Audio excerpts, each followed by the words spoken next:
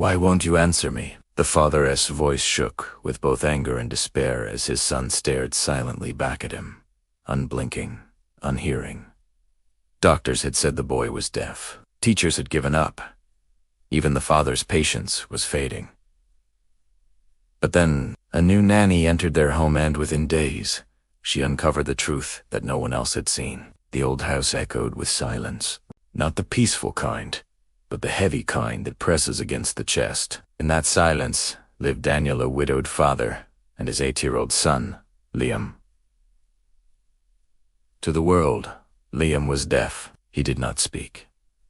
He did not answer when called. His world appeared to be wrapped in silence, and so the father had resigned himself to believing it. Yet something about Liam's eyes troubled Daniel. Behind the stillness, there was a flicker, as if words lived there, trapped, begging to be heard. But how could a man raise a son who never answered back? The father's wound, Daniel had already lost too much. His wife, Emma, had passed away 3 years earlier. She was the heart of their home, the bridge between Daniel's stern nature and Liam Essiton, their soul. Without her, Daniel felt adrift, forced into roles he didn't know how to fill. He tried to be patient, but his grief made him brittle. He shouted more than he should, retreated into silence when he couldn't cope. Sometimes, looking at Liam hurt most of Albia, 'cause the boy's eyes mirrored Emma's, soft and knowing, but now sealed in silence. Doctors told him, "Your son will never hear you." Teachers sighed, "He will never learn to speak." Daniel nodded, swallowed his sorrow, and carried on. But in his heart, he wondered, was it truly silence, or something deeper? The arrival of the nanny. One morning, a new face entered their world. Her name was Clara, a young nanny with kind eyes and an almost stubborn warmth. She had cared for children in orphanages before, children who had been abandoned, forgotten, or misunderstood. From the moment she stepped into the house, Clara noticed what others had missed. She watched Liam not with pity, but with curiosity. The way he tilted his head when the floor creaked, how his eyes darted to the window before a bird sang, the faint smile when she hummed under her breath. And then she realized Liam wasn't deaf. He was listening, just not in the way they thought. The hidden language. Clara began to test her theory. One afternoon, she dropped a spoon on purpose. Liam flinched before it even hit the floor. Another day, she stood behind him and whispered not words, but rhythm, tapping her fingers softly on the wooden table. His shoulders swayed ever so slightly, as if he felt the music in his bones. That night, she scribbled in her notebook, "He hears differently. He feels the world in vibrations." Liam's silence was not absence, it was translation. He was speaking, just in a language no one had tried to learn. The confrontation when Clara shared her thoughts with Daniel, "Are you telling me every doctor is wrong? That every test was a mistake?" His voice rose. Clara did not back down. "I'm telling you that your son is not deaf. He understands the world through touch, rhythm, and vibration. You've been shouting at him, but you never tried to listen his way." Daniel's face hardened. Years of grief and frustration clashed with a glimmer of hope. He dared not believe. "If you're wrong, you're giving me false hope, and I cannot survive losing hope again."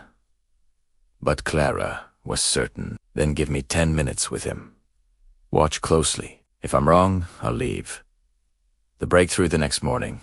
She led Liam to the living room. The father sat in the corner, arms folded, skeptical yet desperate. Clara knelt on the rug across from Liam and began to tap the floor gently with her palm.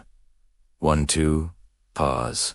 1, 2, 3. Liam's eyes widened. A tapped bike. 1, 2, pause. 1, 2, 3.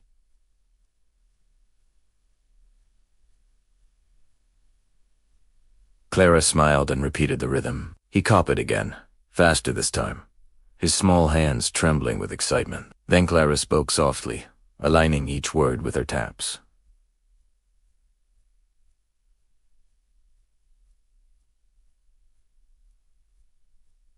"Do you understand me?" For the first time, Liam's lips parted. A whisper escaped. "Yes." Daniel's breath caught. His eyes filled with tears. His son, his silent, unreachable son, had spoken. The unexpected power shift in that moment. The entire story changed. Liam had not been deaf. He had been waiting for someone to understand the world as he felt it. The silence was never his prison. It was everyone else's failure to listen. Daniel dropped to his knees, trembling. "Liam, can you hear me?" The boy shook his head slightly, then pressed his hand to his chest. "I feel you." And for the first time in years, father and son truly connected, not through sound, but through presence, rhythm, and touch. The applause beyond the room weeks later.